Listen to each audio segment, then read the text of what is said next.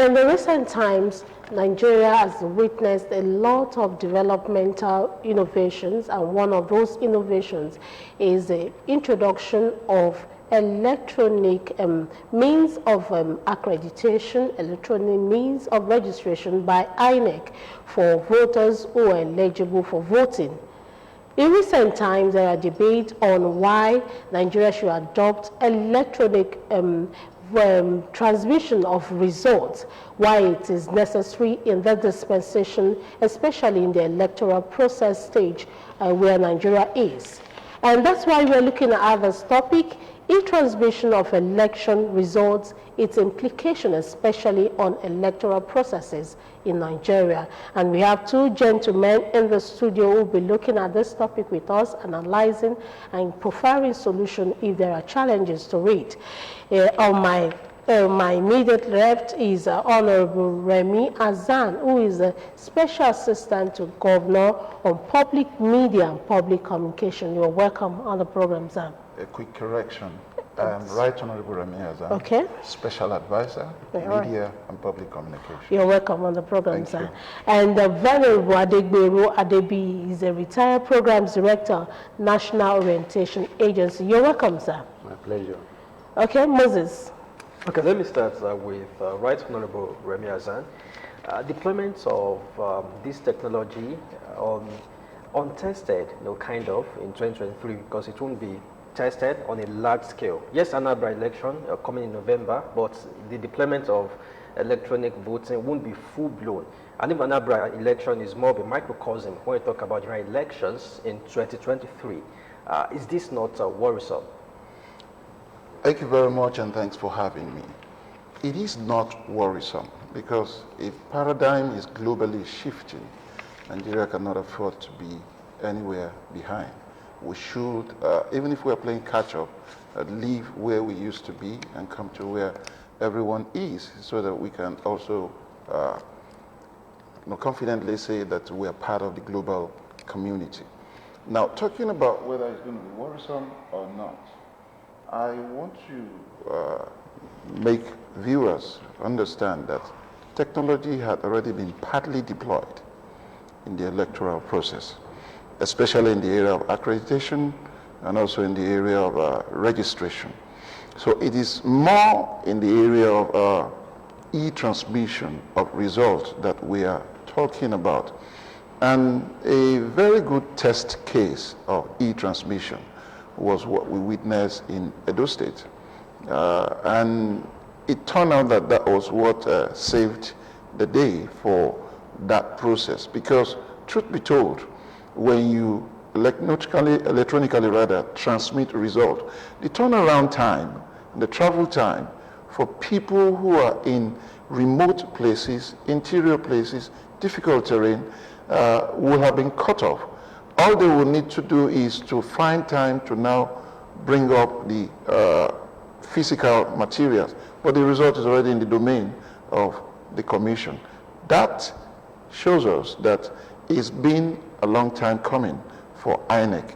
Having it now completely nationalized is what probably may make some of us worried. But truth is, INEC has actually tested this, and I don't see them having challenges with bringing it into a national scale.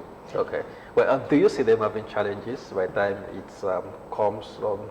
The only challenge to my mind is that the bill is yet to be assented to by the president as we speak. The National Assembly, yes, have passed the bill, but yet to be approved or assented to by the president. If it is done like Right Honorable Azan already said, the world is globally and technologically driven now, so there is nothing wrong with transmitting election results electronically, registering electronically, and all those stuff. Now, talking about assents, I could recall that the 8th National Assembly also made some amendments to electoral laws, but President Buhari didn't assent to that. Now, won't this go the same way, or what do you foresee? I don't in any way foresee any withholding of assent for obvious reasons. One is the fact that this is what almost the entire nation wants. Two is the fact that the president at best in this election, next cycle of election, is just going to be an umpire. And if he's going to be an unbiased umpire, as we expect him to be, there is no interest that will preclude him from assenting to that bill. More so, he has also promised that a tidy electoral process is what he is promising Nigerians in the next election cycle. Withholding assent to that bill will make quite a number of people doubt the sincerity of that confession that he made. So I don't see the president withholding assent to this particular bill. Okay, Venerable, let's look at why this e-transmission is necessary now. Because in some quarters, there are some beliefs that electoral processes in Nigeria is at the very low stage. And if we introduce e-transmission of result to rate, it could bring up a lot of challenges, not the minimal one. So why do you think e-transmission of result is necessary looking at the electoral process of Nigeria? Thank you very much for that question. It's very necessary now in the context of global situations. One is cost effective. True, it saves time, it saves energy, it saves personnel. The number of personnel, ad hoc staff or whatever you're going to add to the statutory INEC officials will be drastically reduced.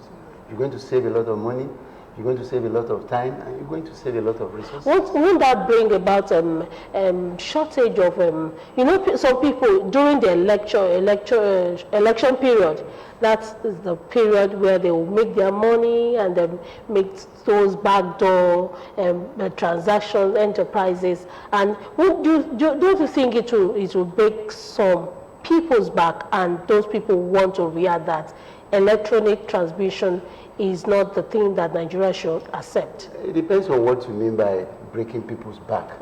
Because if something is going to save you a lot of cost, if something is going to save you a lot of time, a lot of energy, what is the money back breaking stuff there? I don't see that. I don't see that, because that is what we need now.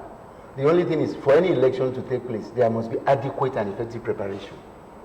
Because elections are periodic. It's not something that happens yearly. 3-4 years interval. So INEC should adequately and efficiently prepare for this transmission stuff. Once that is done, and the electorate are sufficiently mobilized, enlightened, educated, so be it. Okay, Right Honorable Wazen, let's look at the credibility now. Because Nigerians believe that if there's something going on and if we are not properly looking at it critically, then the credibility might be shaky. The INEC said they have the capacity for e-transmission. Some political parties are saying no. Some individuals are giving excuses. Do you think there is credible structure that can back this e-transmission, especially looking at the Nigerian factor of doing things? I mentioned earlier that INEC has been on these for quite some time. It's not going to be a sudden test case for INEC. Maybe now that they are bringing it up to a national scale, that is what is making quite a lot of us have some bit of phobia. But, and a very big but, truth be told about electronic means of doing things, it helps to make sure that data that are imputed or sourced from such electronic algorithm can be verified. And that reduces to the barest minimum the likelihood of any incidence of electoral fraud. Now, one of the things that happens in our elections is that deliberately results from some locations are delayed to see what the trend in the reporting of result is, so that you can do some bit of dotting I's and crossing T's, so by the time you bring them in, it can now pay whatever deficit that seemed to have occurred elsewhere. When you electronically transmit results, the person who is the presiding officer or the collation officer, either at ward, polling booth or even the local government level doesn't need to have appeared at the state or any center for the final collation before results are gotten. All he is bringing are the other materials that support the results that he has transmitted. And that makes it a lot more verifiable. Let me give you an instance. If you do accreditation electronically, and of course it's backed up by biometrics, it then simply means that if only 10 people are biometrically accredited to vote, and you have results showing that 1,000 people voted, notwithstanding that you have sent in that result, by the time the two are put side by side, input must agree with output. If there is anything now that would suggest that some bit of doctoring of result has taken place, the two devices will speak for themselves. Whereas if it is manually done, it's just for you to balance your books. And everything now seems like fait accompli. So the credibility angle should be looked into. It is what guarantees the credibility, even more than the manual approach. Okay. But Right Honorable, advanced democracies such as United States, United Kingdom, and the rest of Europe do have difficulty in shielding their electoral systems from cyber attack. Now, come to Africa, Nigeria, as it were, we are somehow deficient in ICT. In 2 years' time, can we really bridge that gap? Now, at the level of cyber security for our electoral system, that's a different kettle of fish altogether. And we have agencies in the country whose stock in trade is to ensure that we're not in any way vulnerable in the cyberspace. They will do the needful at that level. What INEC needs to do is to ensure that its own platform on the cyberspace is not such that can be easily hacked in a way that will affect the integrity of whatever it is doing. But of course, sometimes these attacks come from without, not even from within. If the systems in the United States could be attacked from without, that tells you that nobody is safe, as it were. But then America took steps ahead of time because they knew that it was going to happen, and they ensured that all of the infiltration into their systems that took place were nipped quite a lot more in the bud, that at the end of the day the election went on hitch-free with all the hackers being put at bay. Why can't we do that here? It is just for us to know that we shouldn't go to sleep believing that all is well. If we put that in place, we should go to another level of ensuring that we secure whatever we're doing on the cyberspace. Well, with that technology that will not be tested on a large scale in 2023, and now we're talking about cyber attacks, we are not as sophisticated as United States, as United Kingdom, or the rest of Europe. Is this worrying for you? Seriously, when you talk or discuss issues of development, it's a process. It's something we're trying to innovate now, something we're trying to implement now.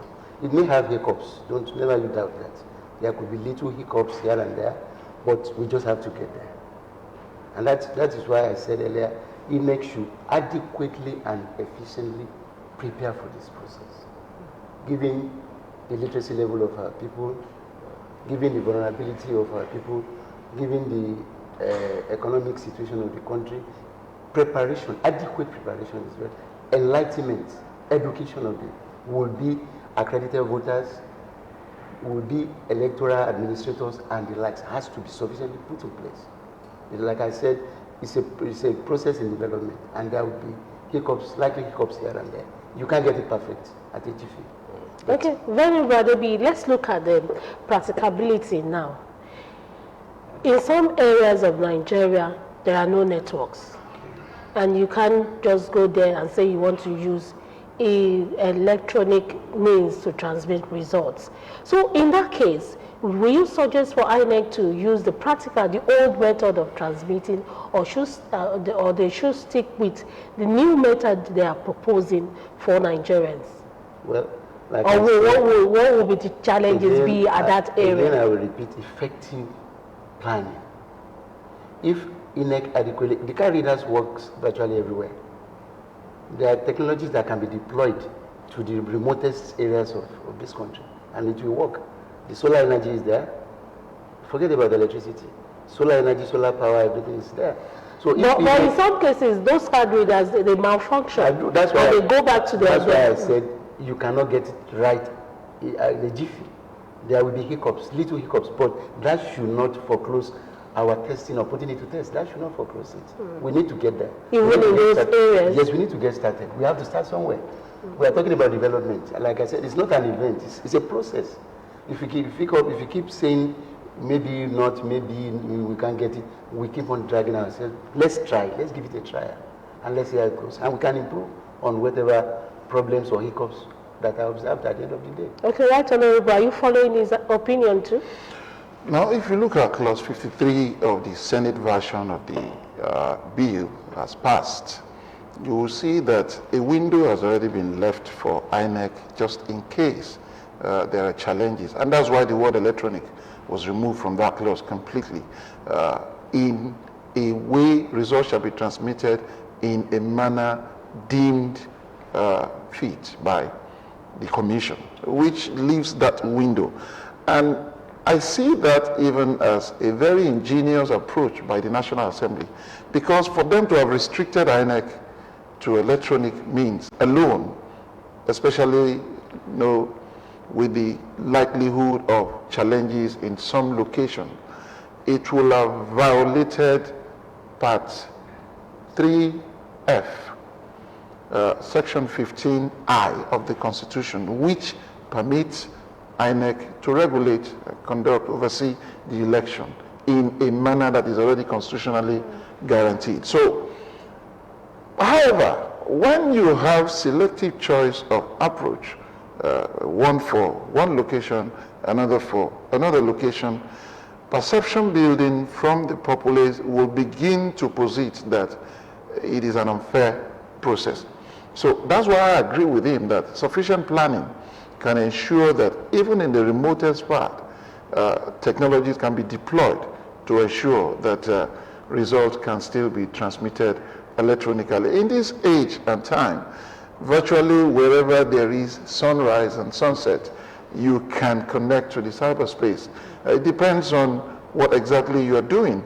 So if a man in a place called Negatari, for example, in Borno State, is to transmit results and there are no network, there are some devices that can localize network for some period. So maybe while the election is going on, that device is not on, but when it's time to transmit result, it is switched on and results are transmitted and it's switched off again just for that. It might be expensive, but of course it is better so that perception will not be negative for INEC not to be seen as doing selective approach to result transmission. Well, Right Honorable, I could recall that Kaduna State used it in their last local government elections, but there were accusations that those machines were preluded. It didn't work everywhere. It didn't work everywhere. Yeah, but it worked in majority of the places. But afterwards, about 11 voting machines were destroyed, were damaged. Now, with e-voting, we can say there won't be issues of ballot box snatching, but what about the damage that some hoodlums could cause? There will still be ballot box. And ballot box will still be snatched. There will still be ballot box. What we're just saying is when you are electronically accredited, you still vote manually. It is the result of the manual voting that is electronically transmitted to INEC. So even when the presiding officer is discussing with you at the polling point, the result is already with the collation officer. That's what we're saying. But in the long run, we're also looking at e-voting. Yeah, it will get to that process. We're not looking at that in the immediate. That will get to the point that you're saying, but we're not anywhere there yet. So you say in 2023, that won't come up. It'll just be electronic transmission alone? At least for now, what we've been made to understand is that the result will be electronically transmitted. There will still be ballot boxes in almost all the locations.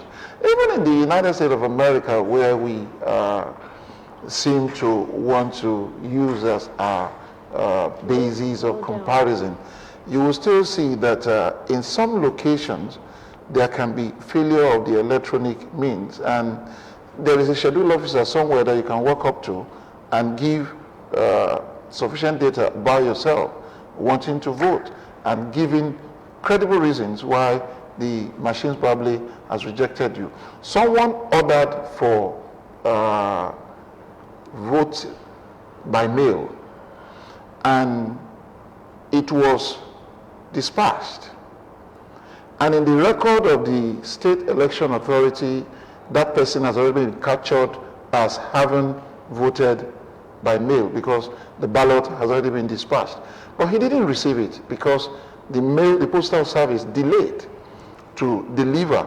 So instead of losing his franchise completely, he walked up to the machine to pick up another ballot paper. The machine rejected him because in the system, he has been captured as having been registered as someone who voted by mail.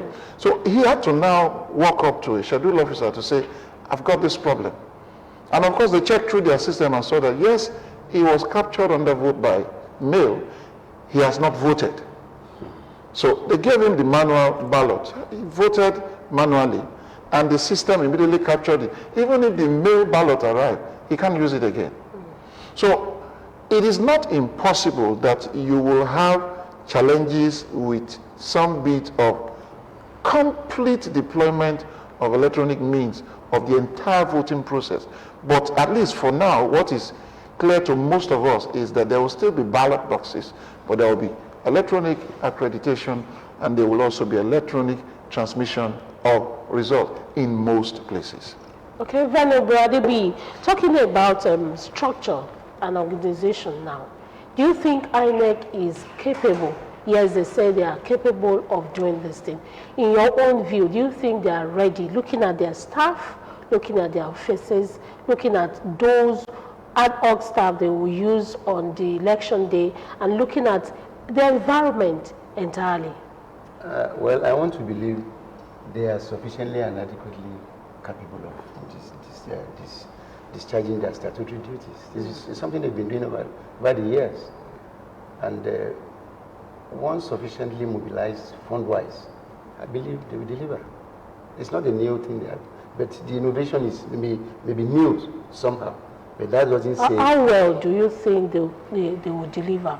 They will surely deliver. Like I said, there are a lot of time-tested officials there. Compliant officials, people that are well-groomed and well-trained, exposed to the rudiments of manual and electronic. Trusted staff? Yes, they should be able to. But funding is critical. Funding is very crucial. Okay. If I will add a little to that, this present electoral body has been the longest surviving in this nation. Yeah. But the one in the First Republic didn't last long. The one in the Second and even the Third Republic didn't last long. This particular electoral body has been there for 22 years plus. And that tells you that the present INEC has evolved over time. And you keep seeing a better INEC as the next election cycle continue. It is the political class that should now also evolve to downplay actions that diminishes the integrity of the electoral process, so that at the end of the day, we will have been able to complement the good work that INEC has done. Okay, I was going to the political classes now. Do you think they look away when it comes to transmitting the results that are not in favor of them? You know, in the Nigeria context, they will say that they are buying results, buying votes. In this context of electronic transmission, if the result is not in their favor, do you think they will just look away and allow the electronic result to go? Democracy, as it were, is government of the majority. And you just must convince the people on why you must be their choice at all times. So if you've been circumventing a process to pretend to be the choice of the people, and there are actions now being taken to ensure that that criminal circumvention don't take place again. All that the whole system is telling you is go back to the basics. Begin now to engage the people and let them know that you truly deserve to represent them or to govern them as it were. So actions like this by INEC will send most people in the political class to the basics, wherein they are now better connected to the grassroots that they ought to have been connected with even before now. Okay, well, Venerable, new systems bring new problems. For example, votes buying started in 2011. Now we're talking about e-voting or electronic transmission of results. Are there any challenge that you think would come up with that, especially from the political class? As rightly said by the right honorable, the political class have no choice than to key into the existing template, because that is the new trend now. You just have to get back to the basics, like you said.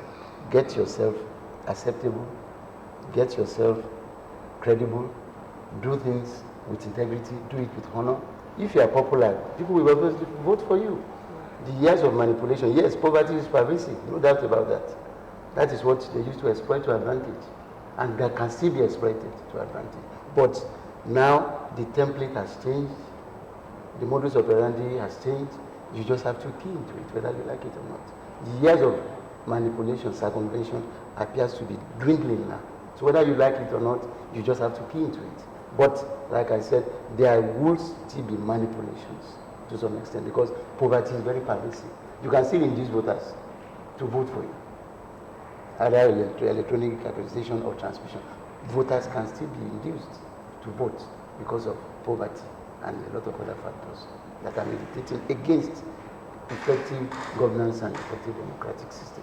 Okay, right, Honorable. Well, Senate also approved direct primaries for political parties, and while some senators spoke in favor of direct primaries, some felt indirect primaries could be inexpensive, while others felt political parties should be allowed to decide whether they want direct or indirect.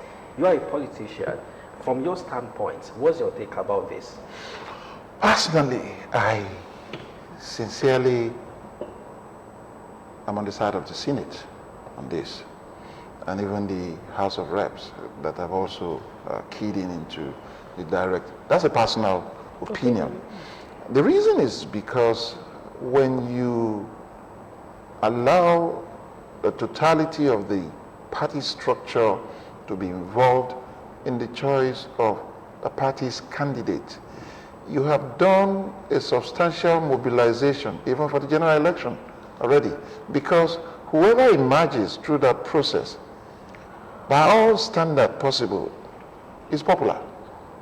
And when the popular person emerges, the stress of likelihood of your candidate winning the election has been reduced by half.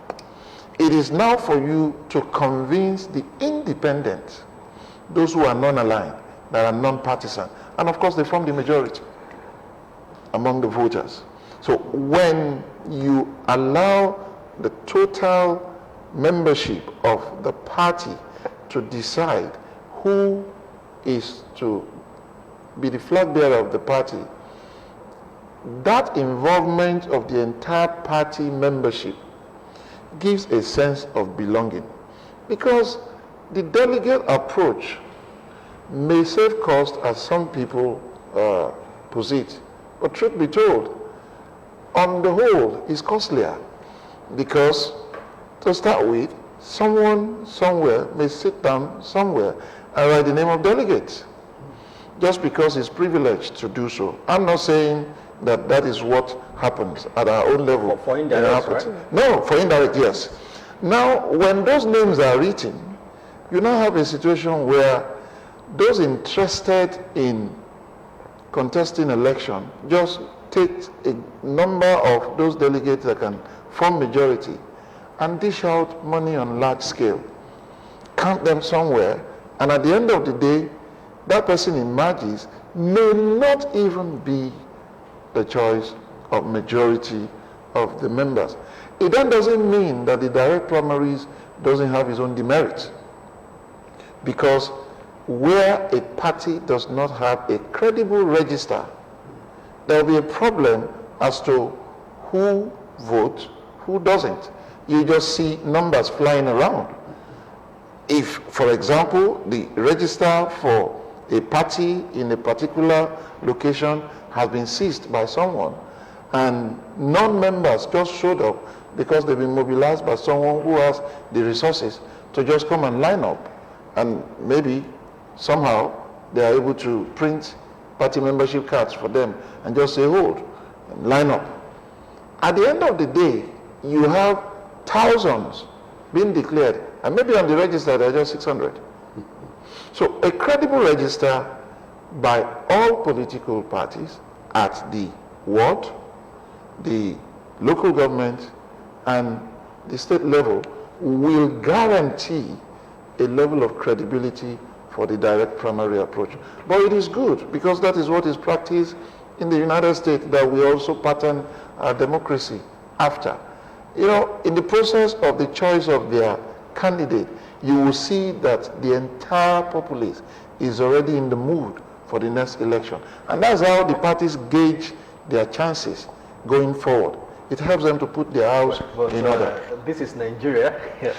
If we have imbibed democracy as they practice it, then whatever good that adds value to the democracy should not also be jettisoned by us, so that at the end of the day, we can truly be democrats. The big question will be, can we imbibe democracy as they practice it? Yeah. It may not be whole as many are seeing it, but it can in a way be patterned to suit some peculiarities that we have. But certain basics that are in the process should not be completely jettisoned. So you say even with direct primary approach, it's not whole? It is not, because it still has its own pitfalls that are waiting for correction somehow. So, like I said, the foundation for a credible direct primary election is a credible register for all the parties.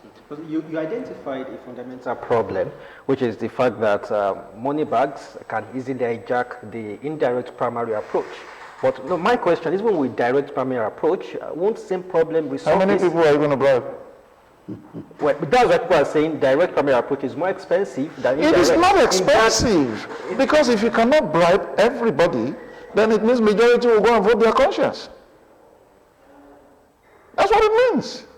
If you can't bribe everyone, it simply means the majority will go and vote their conscience. Some will even say, oh, he has given those people money. We will show him that we formed the majority here. Let's go to the field. And that's when you see yourself. You know, this option A4 thing, which is what direct primary is all about, it tells you your standing among your people.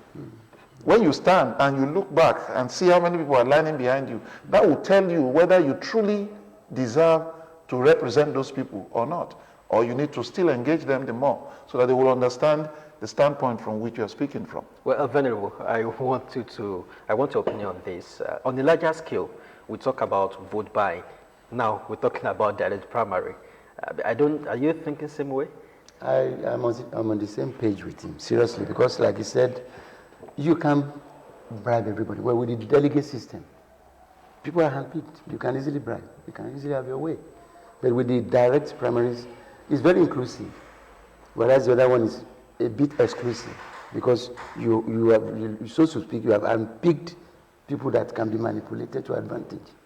But with the direct primaries, the floor is open to everybody. It's very inclusive. And inclusivity is very key in the democratic process. That's it. That's the way I see it. But wouldn't you rather prefer if parties were allowed, to choose whichever suits them, either direct or indirect, instead of we saying, all parties should go for direct primary approach? There wouldn't have been anything wrong with that either. But National Assembly has exercised the power it has. There's Part 3F, I think Section 15 of it, I. That power is given to the National Assembly to legislate over matters relating to INEC, which they have exercised. And if the President assents to that bill, so be it. So, come 2023, what are expectations? So I should start with Anambra elections, which is coming next month, November, and we could see maybe a bit of e-voting. We don't know what INEC would come up with anyways. I'm not afraid as to the capacity of INEC to handle the process electronically. What I'm really concerned about is the security situation in the Southeast.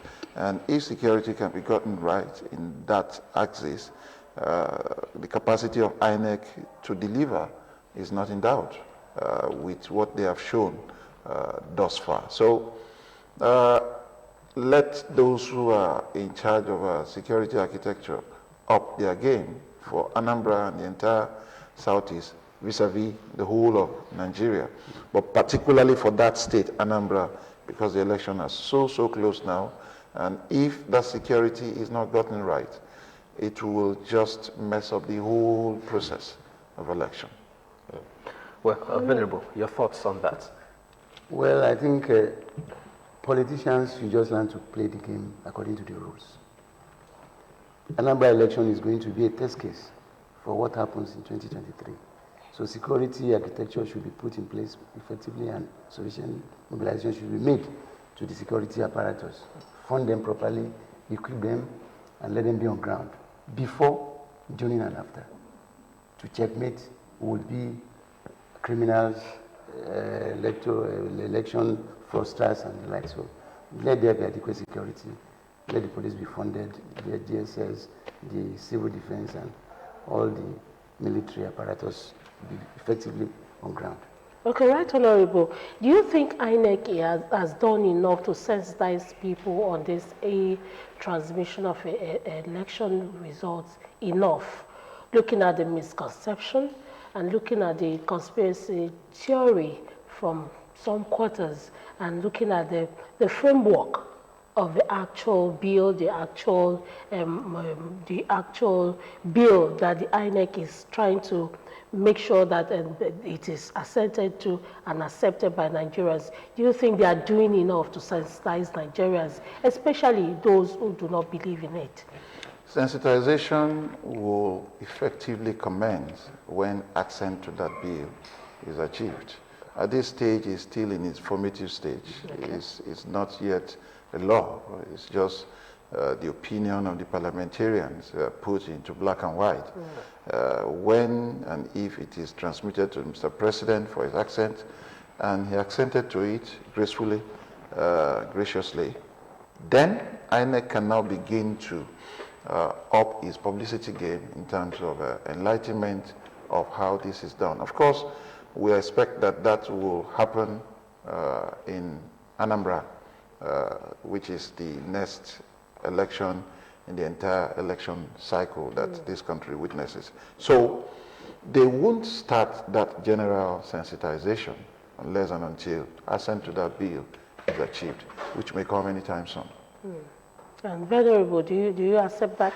Once the bill is assented to, I believe, not only INEC now, the NOAA, National Orientation Agency, the youth platforms, faith-based organizations, the political party structures across the board should also adequately and sufficiently enlighten the citizenry once the bill is assented to. Okay. That's the way it should be. In the legal framework, do you see any deficiency that you think INEC should work on?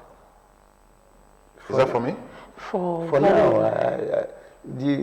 let the bill be passed, be assented to, and let's see how it goes. Okay.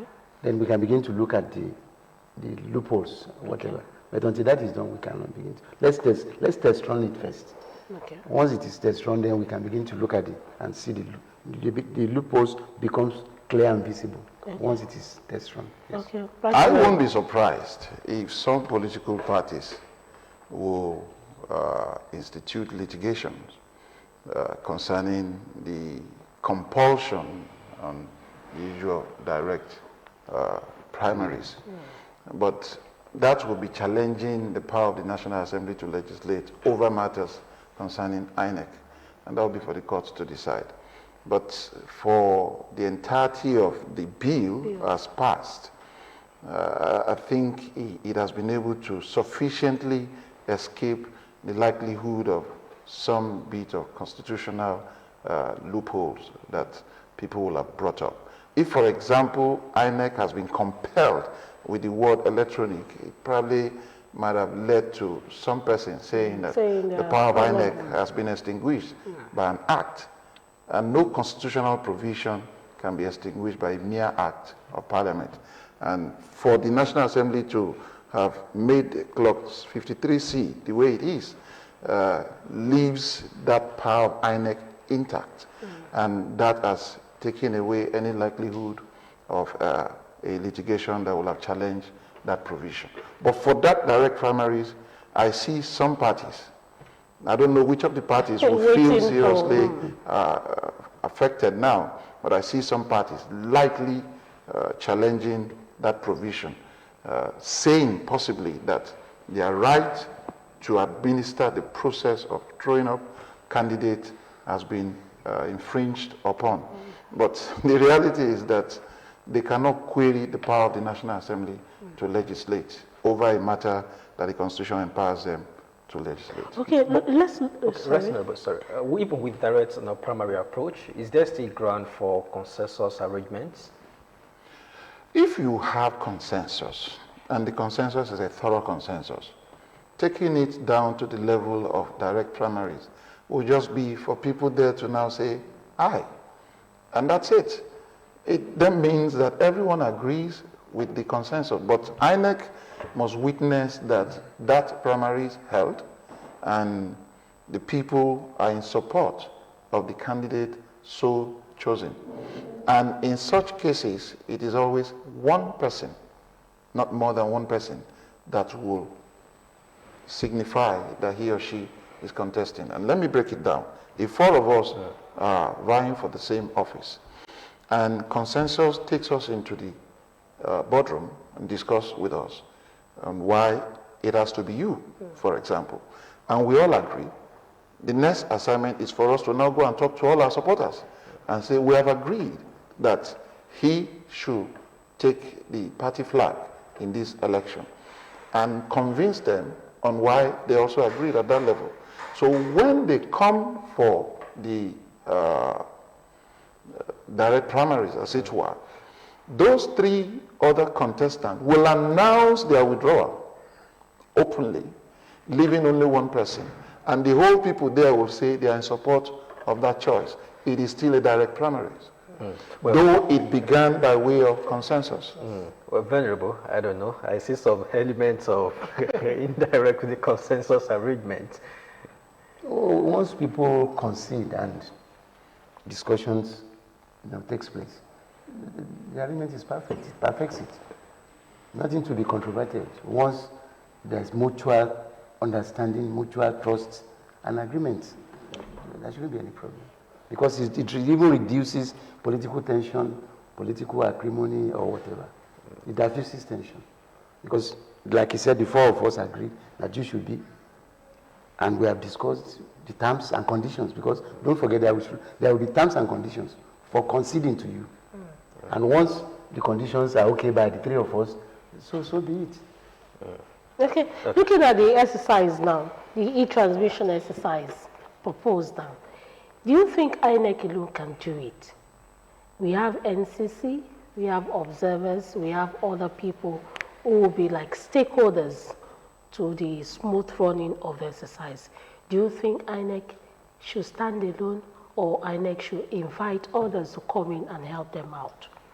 Anyone who can help INEC get it right, INEC will not fail to bring them into the process. The security aspect of election is not for INEC, but INEC ensures that they bring in the security people to help them handle the security aspect of election.